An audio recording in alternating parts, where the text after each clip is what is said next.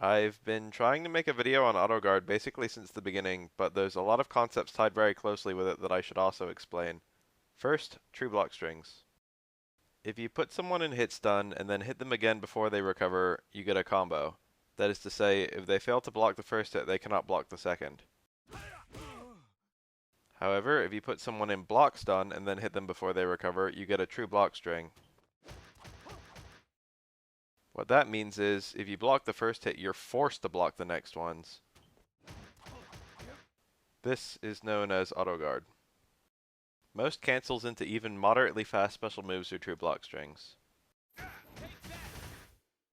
A link can be a true block string when the first move is more plus on block than the startup of the move you're going into.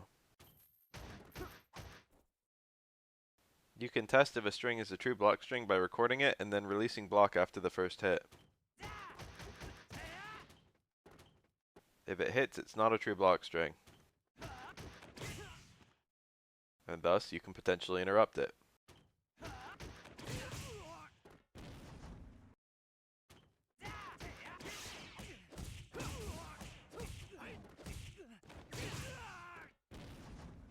So if you're hitting your opponent with a true block string, there's absolutely no chance that they can interrupt you with an SBD, an uppercut, etc.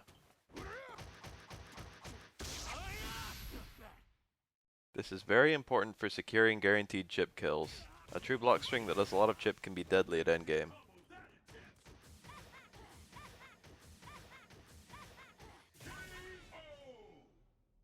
Confirms that start with true block strings are just safer too.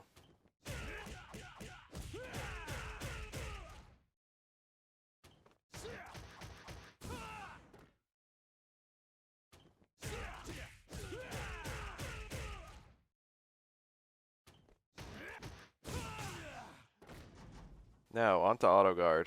Because you can hit directions and buttons during true block strings in Street Fighter 4, invincibility is rampant, and the reversal window is huge, you can quite easily mash out some attacks during holes in opponents' block strings.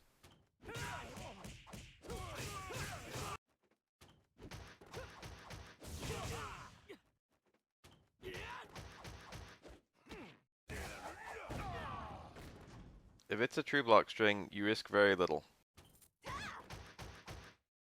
But if there's an opening between two normals, you interrupt. I firmly believe in using whatever works, but be aware that good players can deliberately end strings to bait you out if they catch on.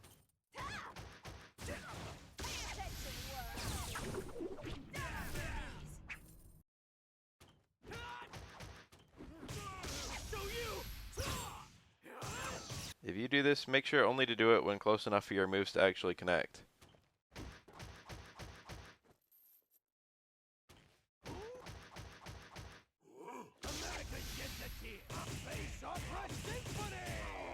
It's important to note that overheads and lows pierce AutoGuard. These are true block strings. It's because they require a specific kind of blocking the game checks for. And to create situations like these.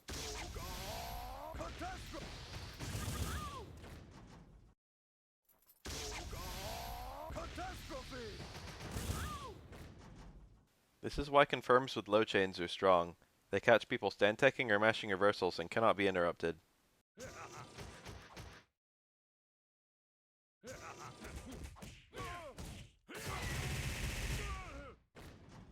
Elena in particular abuses this. She can get a true block string into both EX Mallet Smash and her Hard Link's Tail. EX Mallet Smash comes out in about 250 milliseconds and her Hard Link's Tail comes out in about 130. It takes even a trained person 270 to 300 milliseconds to react between two potential scenarios with different inputs. So Elena can true block string into an overhead or a low, both too fast to react to. This is basically a dead-on 50-50 as you cannot interrupt once you block. Let's talk about chaining briefly. Chaining is a property some lights have where they'll cancel into any other light. Even into lights that don't chain. If you chain into a normal, it loses its canceling properties but retains its frame data. You can still have cancels and combos with chains, you just have to link into whatever move you end up canceling.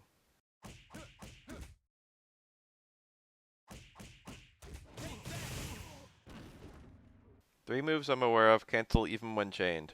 DiCapri's crouch jab, only into rapid daggers. Chun-Li's crouch short, only into lightning legs. And Evil Ryu's close short, into anything. These moves allow you to use true block strings to still easily convert into combos. I don't think I'll ever mention this anywhere else, so if you're holding back and close enough to the startup of a move, you'll automatically block instead of walking away. This is called proximity guard. There's not much use to know about proximity guard, except that it prevents you from walking out of focus attacks.